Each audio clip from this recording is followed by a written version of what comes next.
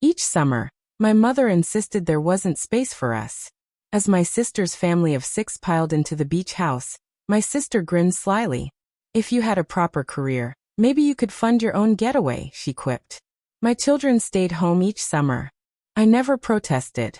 Last month, I purchased a resort and welcomed everyone, except my mother and sister. When my sister called, sobbing about being excluded, I replied, "Sorry, no space available." I'm Alex, and for as long as I can recall, my mother and sister made it clear my family didn't belong. Our family owns a beach house, technically my mother's, a vacation spot since my childhood. After marrying and having kids, I expected our family tradition to embrace us too. Yet year after year, the same excuse surfaced: no room. Oddly, no room always accommodated my sister, her spouse, and their 4 children. They'd manage with air mattresses, bunk beds, and sofas. But for me, my wife, and our 2 kids? Impossible. The first year I brushed it off. By the second, it hurt more when my kids wondered why their cousins went while they stayed behind. By the 5th, it was routine. Summer arrived, social media buzzed with photos, my sister tagged everyone, and my kids stayed home, asking why grandma didn't want them. What stung most wasn't my mother's cold dismissal, but my sister's smug grin when I asked how they fit 6 people in that small house. She shrugged. "Maybe a real job would get you your own vacation." I stayed silent, never arguing, swallowing the pain yearly. I worked, raised my kids, and let them mock me. Last month, everything shifted. I bought something unthinkable, a resort. Not a room or rental, but a full resort property, purchased after the owner retired. It wasn't just about money. It was about ending the no-room excuse. I organized a grand summer event, inviting family, friends, cousins, colleagues. Everyone had a place, a bed, a pool, and endless beach space. Everyone except my mother and sister's family. Hours after sending invites, my phone rang. My mother, voice trembling, asked why she was left out. My sister followed, tearfully decrying the exclusion. I delivered the line I'd held back for years. "Sorry, no space," and hung up. The aftermath was swift. Within a day, the family group chat exploded. Cousins I hadn't heard from in ages sent confused texts and subtle jabs about preserving family traditions. Then came my sister's dramatic Facebook post, lamenting how it hurts when loved ones exclude you, wanting her kids to bond with cousins. She tagged my mother and shared a beach house photo, a jab at the summers my kids never had. I didn't engage, not in the chat, not on social media. My wife advised silencing the phone and focusing on our plans. While they cried exclusion, my kids were thrilled, planning swimsuits and goggles, unbothered by missing grandma's beach house. At the resort, their faces lit up. It wasn't a lavish Cancun tower, but it was ours. The pool gleamed, the beach stretched endlessly, and the rooms were plentiful. My kids gasped at the ocean view from the balcony. That first night, we dined poolside with music and laughter. Colleagues and their families thanked us repeatedly. Cousins, absent from family events for years, called it the best gathering in a decade. My wife whispered, "This is how it always should have been." My phone buzzed with missed calls from my mother and my sister's guilt-tripping texts, escalating to insults. "Think you're above us now? Your kids will miss their real family. You're selfish."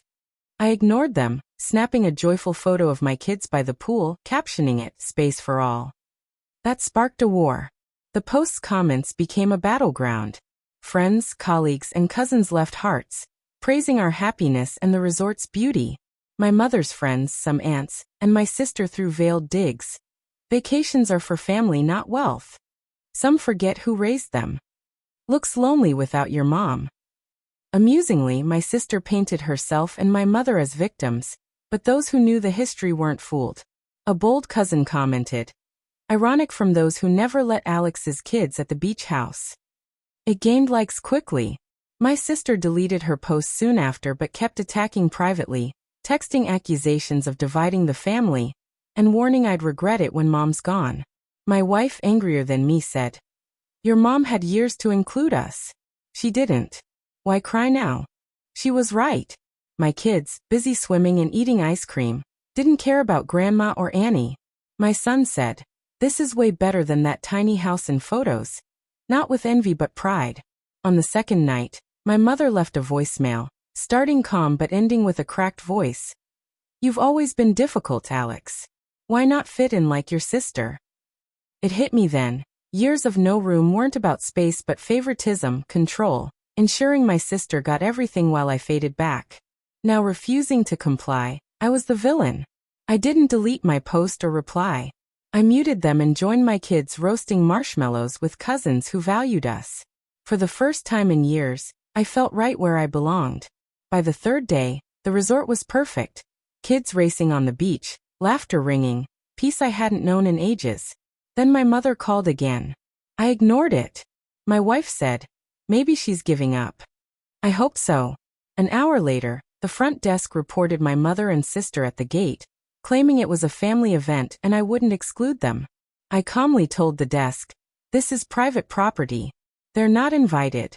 Don't let them in. If they persist, security can escort them out." The clerk, nervous about facing them, agreed. 2 hours later, my son shouted from the balcony, "Mom, Dad, someone's at the gate."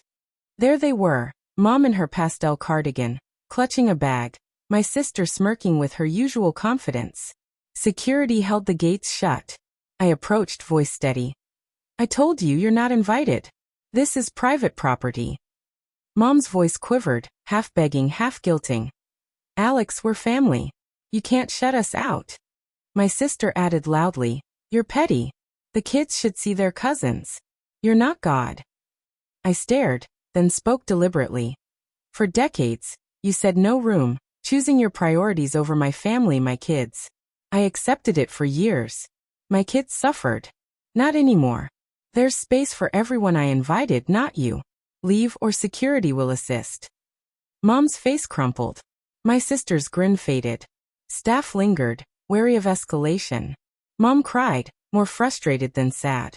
My sister tried arguing, but I stopped her. "I'm done discussing. This is my family's space. You made your choices. I've made mine." They left quietly, defeated.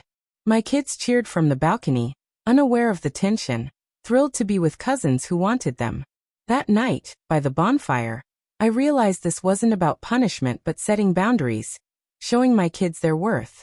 I felt free, no need for apologies or validation, just the people and laughter that mattered. Plenty of space. Epilogue. Calls and texts dwindled. Mom sent guilt-laden messages. My sister posted one last passive-aggressive jab, tagging the kids, then went silent. I didn't respond. I didn't need to. Their approval no longer defined me. Over the next week, the resort felt like a dream. My kids swam endlessly, bonded with new cousins, and learned to snorkel. My wife and I relaxed, free from the stress of exclusion. I saw my kids learn that family means respect and presence, not just blood. Relatives, once silent online, visited, bringing food or joining volleyball games, drawn to the joyful atmosphere. I savored the summer I'd earned. Years of invisibility faded as my kids ran across the sand, never looking back at those who excluded them. It wasn't about revenge or proving a point. It was about building a space where my family thrived, where the past no longer controlled us. That summer, no room lost its sting, becoming a symbol of our journey. We stayed 2 weeks, sunsets painting the sky gold and pink. I felt peace I hadn't known in decades. Our summer, our rules, our memories, no one left out.